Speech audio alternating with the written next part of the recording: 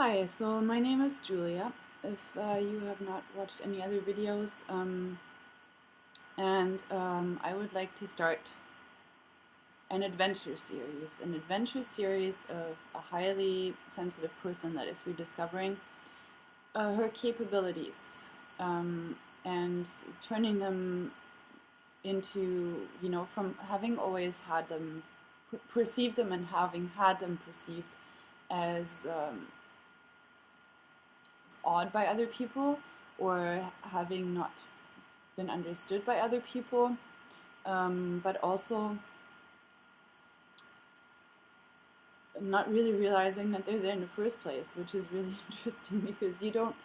If nobody, if you know, don't have parents that are like that, or if you don't have anyone who tells you that you have like a gift there and that it's actually something really cool that can help people and that can contribute something to something else, you kind of think that you're a little bit crazy and you live in a state of doubting yourself. And I had a really cool experience yesterday with two of my very good friends, and I was just talking about how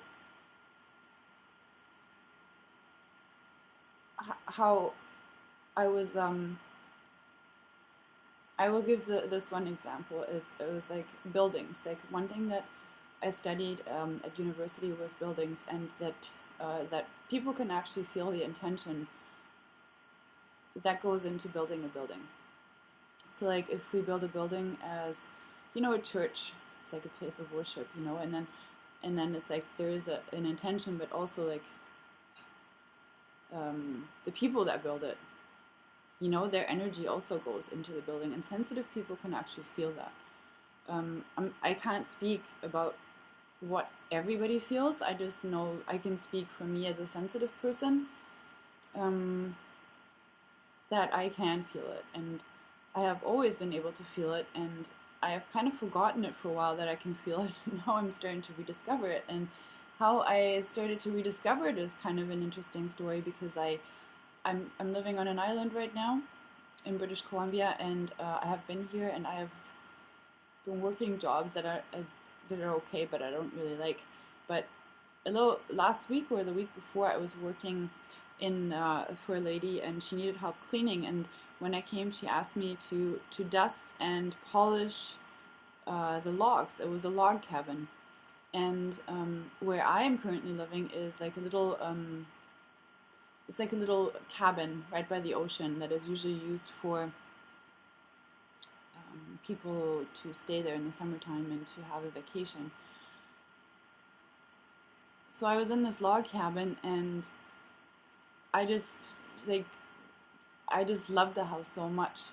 It just felt so good to be in this house, and it had a beautiful fireplace right in the middle of it, and um, yeah, like beautiful log beams. And I was talking to the owner of the house, and she was telling me who built the house and how he built it, and she said, "Oh yeah, he loved it. It was like so close to his heart, and he was super inspired, and he did."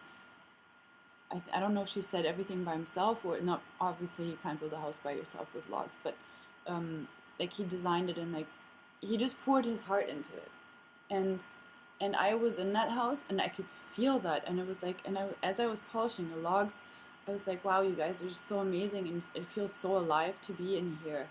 It felt so good, and it was like the house was alive, and I could feel how it was inspiring me.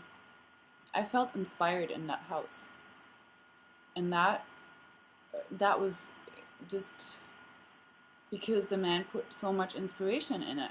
He actually built an inspiring house, and when you're in that inspiring house, it feels inspiring, and that was incredible because I had kind of forgotten about what my research at school was, and it was like I got to experience it firsthand, and that was really really neat. And I just left, and I felt like, whoa, that was really crazy. But like all of my inspiration and like how that experience was connected to the research that I had done at school, and so now and then then I went back home, and I started realizing slowly that the house that I'm living in, why I don't feel good in it, and why I always feel like I need to leave, is because it's a temporary vacation rental house that was built. I'm not sure the original intent. It feels like it was built to house like workers or something that would just come here to make money, quick money. But also I can feel that it was built for making money. And I mean, you can tell by the structure. I mean, it's like all like IKEA, and I think it's an IKEA kitchen, like cheap appliances, and yeah, like they're like 4 cabins in total, and they all have the same furniture and the same layout, and yeah, you can just feel that. And what I would like to explore more um, with these videos is different energies of places, and that is